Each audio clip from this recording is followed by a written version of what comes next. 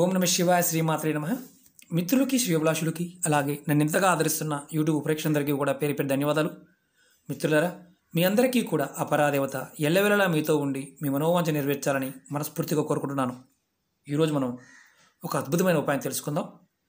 చాలామంది మిత్రులు చాలా రోజుల నుంచి గురువుగారు చాలా కష్టాల్లో ఉన్నాము, ఆ కష్టాలు ఎలా ఉన్నాయి, తీరిపోవడానికి ఉపాయం చెప్పండి అని చాలామంది అడగడం జరిగింది. ఈ ఉపాయం చేయడం వల్ల కలిగే లాభాలు అలాగే ఎందుకు చేయాలో కూడా చెప్తాను. మీకు ఈ ఉపాయం చేయడం వల్ల 4 వైపుల నుండి ధనం రావడానికి అవకాశం ఉంటుంది. అలాగే మీ మీద మీ కుటుంబం మీద ఎటువంటి ఆకస్మిక సంఘటనలు జరగకుండా ఉండడానికి ఈ ఉపాయం ఉపయోగపడుతుంది. అలాగే ఆర్థిక సమస్యల నుండి బయటపడటానికి, అప్పులు, బ్యాంకు లోన్లు ఇలాంటి వాటి నుండి బయటపడడానికి ఈ ఉపాయం రామపాలనలో పనిచేస్తుంది. అలాగే మనం ఎందుకు చేయాలి అది కూడా తెలియాలి కదా. మీకు ధన రాబడి అనేది లేదు, ధనం వస్తున్నా నిలబడటం లేదు, మీరు ఇటువంటి సమస్యలతో బాధపడుతూ ఉంటే ఈ ఉపాయం చేయవచ్చు. అలాగే మీకు ఏ పని చేస్తున్న పనుల్లో ఆటంకాలు రావడం, అంటే ఆ పని వచ్చిన పని చేస్తున్న పని ఆగిపోవడం, అది ఏ పనైనా సరే, అది చిన్న పని పెద్ద పని కాదు, ఏ పనైనా సరే ఇలా జరుగుతుంది అంటే మన జాతకంలో మనకి రాహు ప్రభావము, శుక్ర ప్రభావము, అలాగే గురు ప్రభావం అధికంగా ఉందని అర్థం. దానితో పాటు శని భగవానుడు కూడా నీచంగా ఉన్న దశలోను, అంతర్దశలోను, విదశలో ఏదైనా సరే నీచంగా ఉన్న చేస్తున్న పనుల్లో విపరీతమైన ఆటంకాలు వస్తాయి. వాటన్నిటి నుండి బయటపడడానికి ఇది ఒక సిద్ధి ఉపాయం. చాలామందికి అనుమానం రావచ్చు, గురువుగారు సిద్ధి ఉపాయం అంటున్నారు ఏంటని. సిద్ధి ఉపాయం అంటే చాలామంది చేసి లాభపడిన ఉపాయం. ఇది పెద్దలు మనకిచ్చిన ఒక అద్భుతమైన ఉపాయం. చాలా తేలికైంది, అద్భుతమైంది. ఎలా చేయాలి, ఏ విధంగా తెలియజేస్తాను. ఈ ఉపాయాన్ని ఆడవారైన మగవారిని చేయవచ్చు. ఆడవారు నెలసరి టైంలో మాత్రం చేయవద్దు. ఈ ఉపాయాన్ని గురువారం నాడు చేయాలి. ఎలా చేస్తే ఫలితం ఉంటుంది, పదార్థాలు ఏ విధంగా చేయాలి చెప్తాను. అలాగే మీకు ఈ వీడియో నచ్చినట్లయితే లైక్ చేయండి, నా ఛానల్ని సబ్స్క్రైబ్ చేసుకోండి, పక్కనే ఉన్న గంట సింబల్ని యాక్టివేట్ చేసుకోండి, 10 మంది మిత్రులకి షేర్ చేయండి. ఈ ఉపాయానికి కావాల్సిన పదార్థాలు కర్పూరం, అలాగే ఒక లవంగం కావాలి. లవంగానికి కంపల్సరిగా పువ్వు ఉండాలి. అలాగే మీరు గురువారం నాడు చక్కగా మీ పూజా మందిరంలో ఈ చిన్న పని చేయాలి.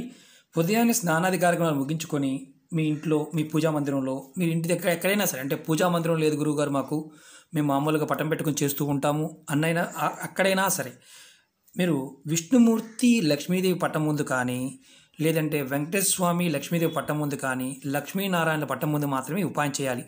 అలాగే రాముడు సీత దగ్గర చేయకూడదు. అలాగే కృష్ణుడు రుక్మిణీదేవి దగ్గర ఇలా పటాలు ఉన్నా చేయకూడదు. లక్ష్మీనారాయణులు లేదా వెంకటేశ్వర స్వామి లక్ష్మీదేవి ఉన్న పట్టం ముందు మాత్రమే ఇది చేయాలి. మీరు చక్కగా మీ పూజా మందిరంలో స్వామివారికి పువ్వులు, మీకు దొరికిన పువ్వులతో చక్కగా అలంకరించి మీరు నమస్కారం చేసుకొని స్వామివారి ముందు మీకు ప్రమిదుల్లోనూ ఏదైనా, లేదంటే కుందులున్నా సరే దానిలో ఆవ నూనె, ఆవాలతో చేసిన నూనె ఇలా ఉంటుంది, ఆవ నూనె. ఈ ఆవాలతో చేసిన నూనె ప్రమిదుల్లో పోసి 2 ఒత్తులు వేసి దీపారాధన చేయండి. దీపారాధన చేసిన తర్వాత అంటే పటం ముందు చేయాలి. ఇప్పుడు ఇలా పటం ఉందనుకోండి, ఇటు పక్కన చేయండి. అలా 2 ప్రమిదులు కూడా పెట్టవచ్చు. 4 దీపాలు కూడా, అంటే మామూలుగా ఇటుపక్క 2 ఒత్తులు, ఇటుపక్క 2 ఒత్తులు వేసి వెలిగించవచ్చు, ఎలాంటి ఇబ్బంది లేదు. వెలిగించిన తర్వాత మీరు ఒక లవంగం, ఇలా పువ్వు ఉన్న లవంగం తీసుకోండి. అలాగే లవంగంతో పాటు కర్పూరాన్ని ఇలా కుడి చేతిలో తీసుకోండి. ఒకే లవంగం, కొంత కర్పూరాన్ని తీసుకొని ఇలా కుడి చేతిలోకి తీసుకొని మీరు కుడి చేతిలో ఇలా పట్టుకొని మీ మనసులో ఉన్న సమస్యలు, ఇంతకుముందు చెప్పుకున్నాం కదా, ఆర్థిక సమస్యలు, మిగతావి ఏదైనా చెప్పుకోండి. అలాగే కోరికలు, మీ మనసులో ఉన్న కోరికలు చెప్పుకున్న తర్వాత మీ చేతిలో ఉన్న కర్పూరాన్ని, లవంగాన్ని మీరు అమ్మవారి పటం ముందు ఇదిగోండి ఇలా పెట్టేసి ఉంచండి. ఏమి ఆకు వేయాలా ఇలా అనుమానం వస్తుంది, ఏమీ లేదు, ఇలా పెట్టి ఉంచండి. మీ కోరికలు చెప్పుకున్న తర్వాత మీరు ఈ వస్తువుల్ని సాయంత్రం 7 గంటల వరకు కూడా అలాగే ఉంచాలి.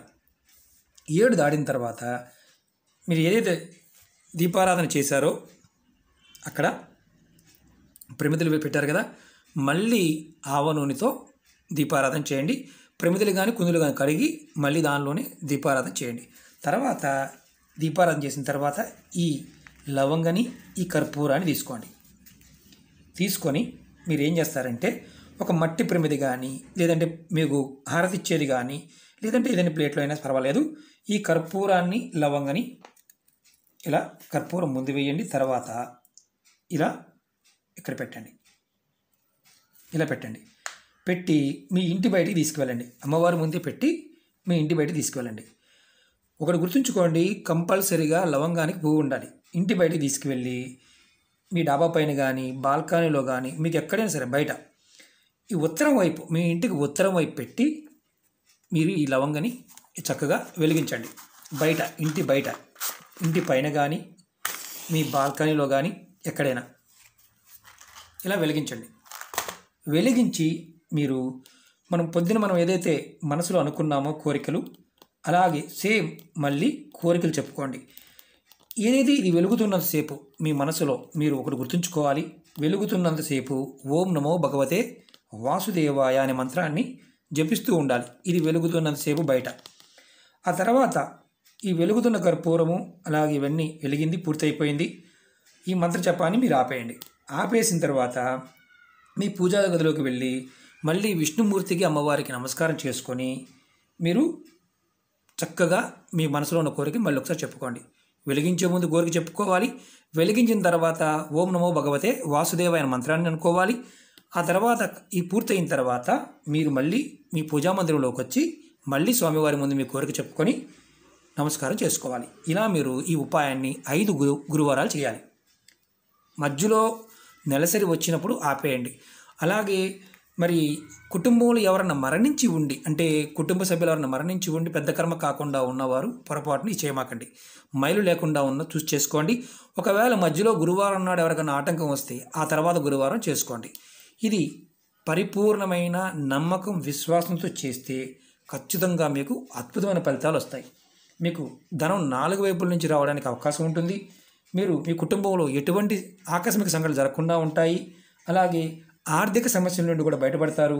అప్పులు బాధలు, లోన్లు ఇలాంటి వాటి నుండి కూడా బయటపడతారు.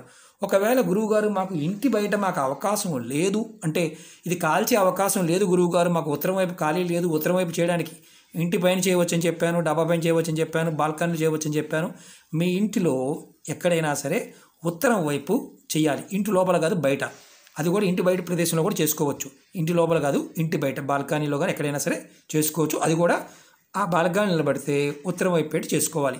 అంతేగాని మీకు ఒకవేళ చేసుకునే అవకాశం లేకపోతే పొరపాటున ఈ ఉపాయాన్ని చేయవద్దు. ఎందుకంటే ఇది సిద్ధి ఉపాయం, తేలికగా పనిచేసే ఉపాయం. ఖచ్చితంగా మీ మీద ఏదైతే రాహుగ్రహ ప్రభావము, శనిగ్రహ ప్రభావము, అలాగే మనకి శుక్రగ్రహ ప్రభావము, అలాగే మనకి ఏదైతే ఆటంకాలు వస్తున్నాయో ఆటంకాలు మెల్లమెల్లగా తొలుగుతాయి. 5 గురువారాలు చెప్పిన విధంగా చేయడానికి ప్రయత్నించండి.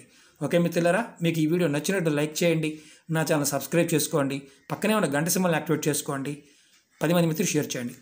ఖచ్చితంగా గుర్తుంచుకోండి, దీనికి ఆవ నూనె మాత్రమే వాడాలి, వేరే నూనె ఏది వాడకూడదు. ఓకే మిత్రులారా, ఓం నమః శివాయ, శ్రీమాత్రే నమః.